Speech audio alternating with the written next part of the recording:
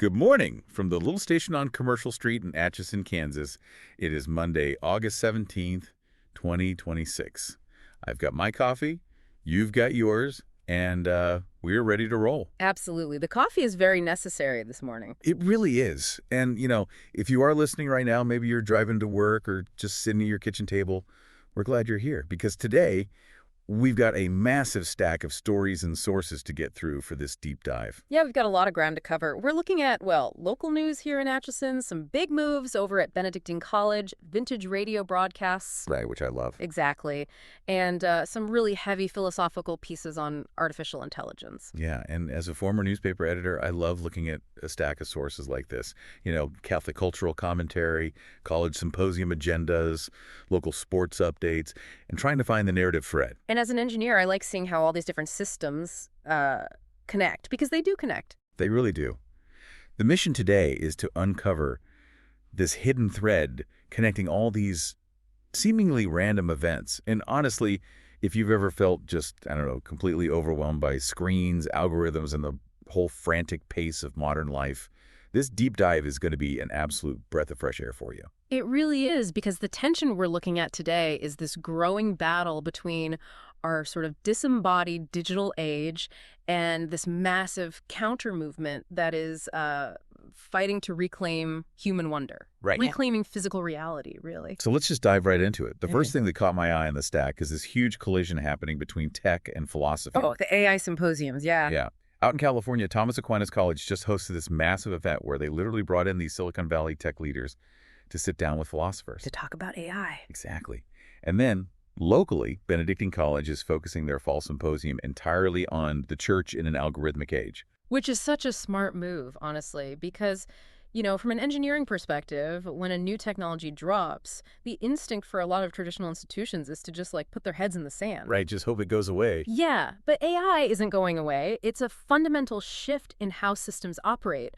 So bringing the architects of AI into the same room as theologians, that's pulling the emergency brake. Okay, let's unpack this a little because pulling the emergency brake, I get that. It's like we've built this incredibly fast, super-powered, self-driving car, and the colleges are the ones yanking the brake saying, wait, do we actually know where the road goes? Exactly. They are asking the foundational questions that the engineers building the models, honestly, they just don't have time to ask. They're moving too fast. But I have to ask, is this an overreaction?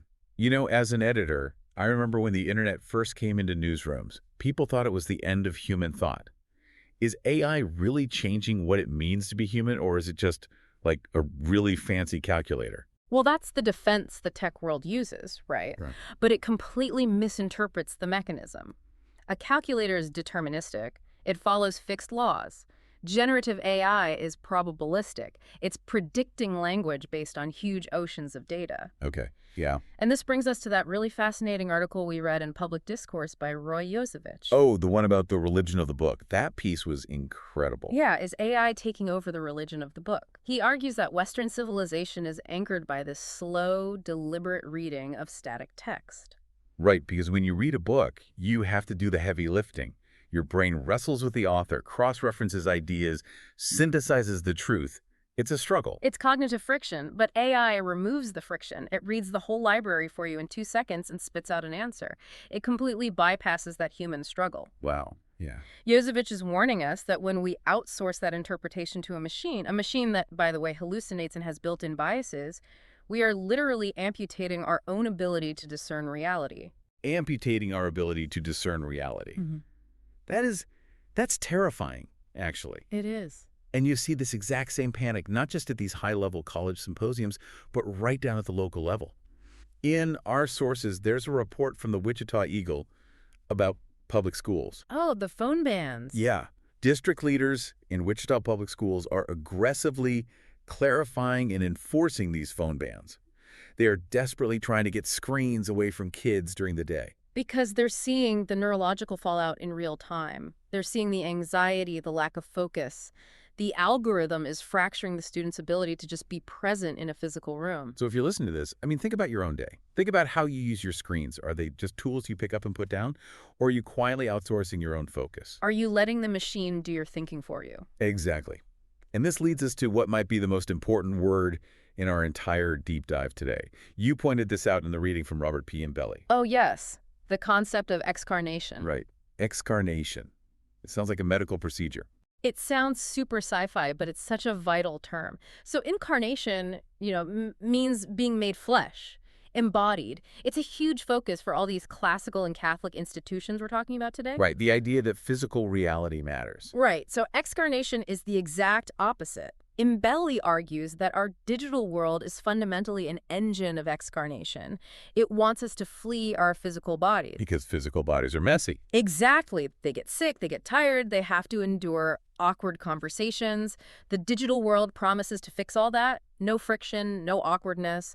Just exist as a floating avatar or a square on a Zoom call. A digital ghost. Yeah, a digital ghost. It's wild to think about it that way, but it's true. The goal of the algorithmic age is to transcend human limitations by excarnating us. Okay, so if the whole culture is pushing us toward excarnation, then this massive boom we are seeing in classical education makes total sense. It's an immune response. Yes, an immune response. Look at the Chesterton Schools Network from our sources. They just won the YAS Prize, which is $1 million, by the way. $1 million for educational innovation. That's huge. And they have over 80 schools worldwide now. And they explicitly build what they call incarnational environments. Joyful, physical, embodied spaces. They focus heavily on the lost tools of learning, right? Yeah, reading physical books, writing, logic. But the real engine, the thing that makes it work, is the Socratic seminar. Well, let's look at the mechanics of a Socratic seminar. You're sitting around a table with, 12 other people? Yeah, usually around a big table. You can't mute yourself. You can't hide your face. You're forced into this real-time, high-stakes physical interaction. And you can't just Google the answer. No. Your brain is reading facial expressions, processing tone of voice, synthesizing arguments, all without a backspace key. It requires total physical presence. It brings the ideas into the flesh. It's incarnational. Exactly. In this incarnational approach, it's not just for teenagers in a classroom. We read this piece in Public Discourse about A.M. Juster. Oh, the translator. Right. He is doing this absolutely massive labor of translating Petrarch, the great Italian poet. The piece calls it Standing on the Shoulders of Giants. And, a skeptic might say, well, why not just feed Petrarch into an AI and get an English translation in 3 seconds? I mean, you could, but that's data processing, not translation. Right, because translation is incarnational. A living human mind juster has to wrestle with the mind of Petrarch across centuries. He has to feel a rhythm, understand the emotion. An algorithm can't do that because an algorithm doesn't have a body to feel it with. Wow, yeah.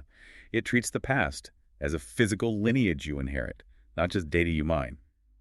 And you see this philosophy actually lived out by the young people coming out of these schools. The ones making those really countercultural career choices. Exactly. Look at Sister Mary Chiara from the Benedictine Media Updates. She's giving everything to team teach second grade in Nebraska. She is pouring her physical presence into a room of 7-year-olds. Or Gabriel Madej, who took all his leadership training from Atchison and went to teach in the Bronx. Right. They aren't trying to build the next viral app or be remote digital nomads. They are choosing deeply rooted face-to-face vocations. Because you can't teach a second grader virtue through an iPad. You really can't. It requires human friction. And honestly, this pushback, this return to physical reality, it's moving beyond just philosophy and elementary schools. It's moving into the hard sciences. Which brings us to the biggest surprise in the stack of sources for me. Benedictine College is proposing a new school of osteopathic medicine. They've already hired a preclinical dean. It's really happening. Okay, but hear me out. Benedictine is a classical, liberal arts, philosophy-heavy college. Modern medicine is wildly technical, driven by massive data sets, heavily algorithmic. It seems like a contradiction, right? It totally does. Why does a college that spends its time translating Petrarch want to build a medical school? Because of what kind of medical school it is. It's osteopathic medicine. Okay, break that down for us. Why is that distinction important? So traditional medicine, allopathic medicine, often treats the body like a complex machine. You isolate the broken part, you apply a chemical or a surgery to fix it. It's very efficient, almost algorithmic. Right, fix the broken cog. Exactly. But osteopathic medicine treats the body as a deeply interconnected ecosystem. Mind, body, structure, function, it's all related. It relies a lot on physical touch, on treating the whole person. So it's inherently anti-algorithmic. Yes. Medicine deals with blood, bone, disease, death. You cannot excarnate a broken leg. You can't bypass a failing heart with software. It's the ultimate incarnational profession. And they're trying to reclaim it as a calling, not just an industry, which honestly links up perfectly with that amazing vintage radio play we listened to from Chesterton Radio. Miss Susie Sliggles. Yes, Miss Susie Sliggles. It's our Joan Caulfield and William Holden. It's about this boarding house in Philadelphia. Well, the play's set around Johns Hopkins, but the vibe is this intense communal living space where these medical students live while they learn. And they aren't just memorizing textbooks. No, they're being formed as human beings. Through these late-night conversations, the exhaustion, the loss of patience, and Miss Susie, the landlady, she sees their raw potential and guides them. She mentors them. Yes. Contrast that with modern healthcare. Today, it can feel like a conveyor belt. You check in on a tablet, the doctor stares at a screen, puts in a billing code, and you're out in 10 minutes. It's designed for maximum throughput. It's totally excarnated. But Miss Susie Sliggles shows us that true healing and making a true healer is deeply relational. It's terribly inefficient. Which brings up a fascinating question about systems of education. Can you actually teach compassion? Right. Can you learn bedside manner from an online module? I don't think you can. I think it has to be modeled by someone who physically shares the same space as you. Mentorship can't be downloaded. You know, we see that exact same thing in a totally different field in today's local news. The Atchison Globe had a story about the Benedictine men's basketball program and their coaching tree. 4 former players or assistants getting new college coaching jobs. Right.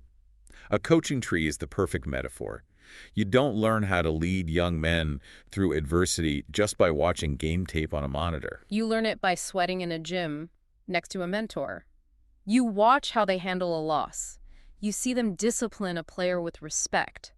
It requires physical proximity. So to you, the listener, think about your own life for a second. Who was your Miss Susie? Who was that mentor for you? Yeah, who guided you when you were just starting out? They didn't train you through a YouTube video. They spent their physical time and energy on you. They saw something in you before you saw it in yourself. Exactly. And that kind of active physical engagement, it extends to how we feed our minds too. Oh, absolutely. The media we consume. Right. Which takes us back to Chesterton Radio. I love what they're doing on this little station on Commercial Street. The 204.7 stream. The open door. The open door, yeah. And they champion this concept of the Saturday Night Theater. Which is such a brilliant rebellion against passive media consumption. They highlighted this one broadcast, My Dearest Angel. It's from 1963, about Queen Victoria and Prince Albert. And get this, it's 81 minutes long. An 81-minute audio drama. Imagine pitching that to a streaming executive today. Hey, I've got an hour and 20-minute audio play about 19th century royal politics. No visuals. They'd laugh you out of the room. They really would. But back in 1963, the BBC trusted the audience to just sit and listen. Yeah. And Chesterton Radio shared a listener comment that I think explains why this is so powerful. The listener said, "The pictures are so much better on the radio." I love that quote. From a cognitive standpoint, it's totally accurate. How so?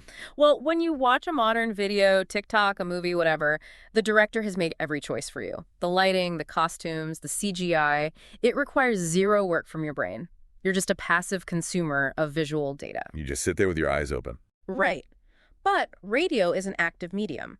When you listen to an 81-minute play, your brain is doing the heavy lifting. You have to construct the throne room in your mind. You have to imagine the velvet dresses. As the station said, each mind becomes its own theater. It's a workout for your imagination. And G.K. Chesterton, who of course we have to mention, he has this quote in our sources, "The world will never starve for want of wonders, but only for want of wonder." That is just devastatingly accurate for 2026. It is. We have more objective wonders now than ever. Instant global video, supercomputers in our pockets. But our subjective capacity for wonder is starving. Because wonder requires a gap. It requires the unknown. If every question is answered in a millisecond by AI, and every story is perfectly visualized in 4K, the muscle of wonder just atrophies. And that's why these scheduled rituals matter so much. Yeah. Like Chesterton Radio broadcasting the nightly mystery chronologically at 10:30 p.m. You have to wait for it. Right. You can't just binge it at 3 a.m. You wait, you listen, you imagine, you reclaim your wonder. And, you know, this struggle to reclaim wonder and physical reality, it's hitting the hardest right inside the family. Oh, man. The family dynamic right now is just exhausted. We have 2 pieces from public discourse that really nail this. Patrick T. Brown wrote an essay about the parental arms race. Such a terrifying phrase, the parental arms race. It really is. Yeah. Brown describes how parenting has become this zero-sum game of optimization. Parents are terrified that if their kid isn't in elite travel sports by age 7 or doing coding camps and private tutoring, the kid will fall behind. It's the algorithmic mindset applied to human childhood. Exactly. Treating a child like a data set to be optimized. You put in the right inputs, you expect the perfect output. It treats a kid like a project to manage instead of a mystery to unfold. That's exhausting. And in response to that, Elizabeth Grace Matthew wrote this other piece that's basically a giant permission slip for parents. Just tell your kids what to do. Yes. You don't have to endlessly strategize and negotiate every moment like you're running a corporate HR department. You have natural authority. Just tell them what to do. It's a total rejection of that optimization mindset. And when you step off that treadmill, you see what actual successful human life looks like. Look at the local stories from Atchison. In the circuit, they highlighted the Cana House of Hospitality. Right, which is just a physical house where people gather over bowls of soup, face-to-face community. Not a tech incubator, just soup and conversation.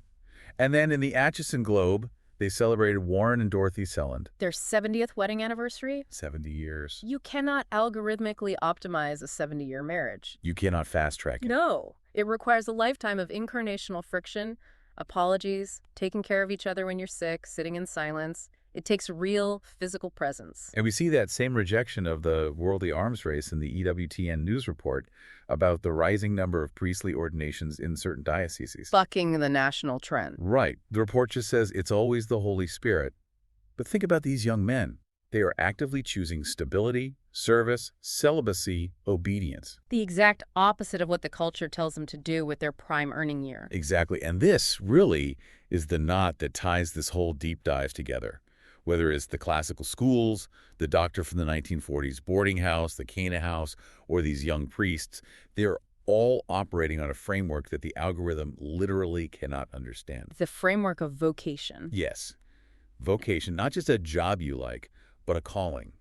Right. The algorithmic mindset asks, what must I do to achieve? How do I win the arms race?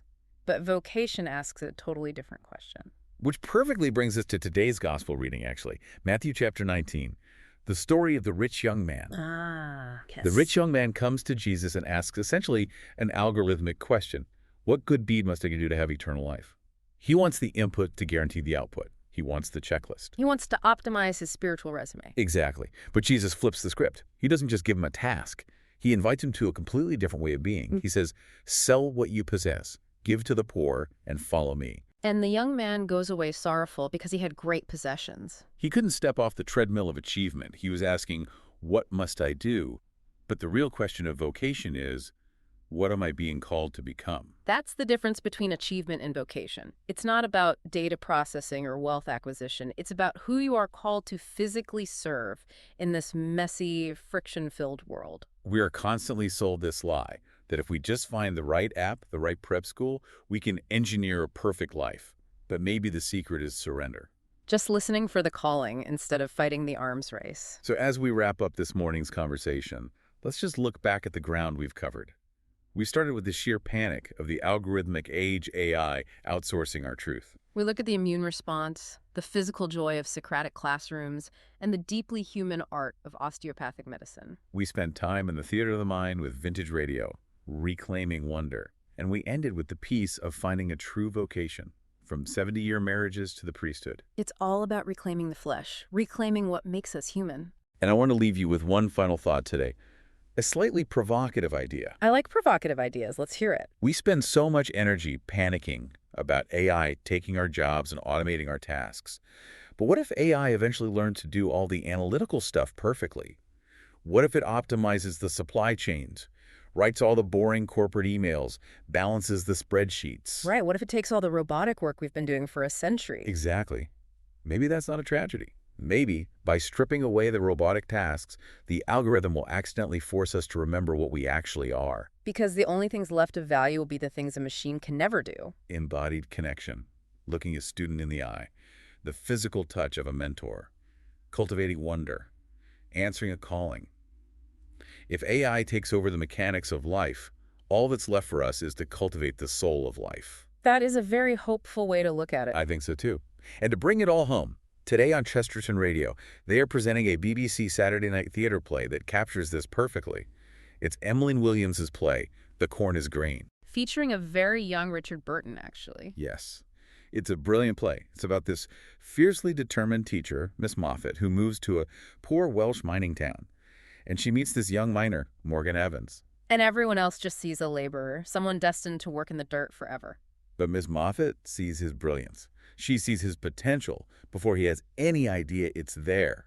It is the ultimate story of mentorship and incarnational education. The transformative power of a teacher who simply refuses to give up on a human soul. You really can't get that from an algorithm. You really can't. So we invite you to tune in to that broadcast today. But before you do, as you go back out into your day, we want to leave you with this one question to chew on. Think about your own life. Who saw something in you before you saw it yourself? And who might be waiting for you to do the same for them? That's the real work, isn't it? It is. Thank you for having coffee with us this morning and joining the conversation. Keep exploring, stay hopeful, and keep an ear out for the extraordinary hiding inside ordinary life. Have a great Monday, Atchison.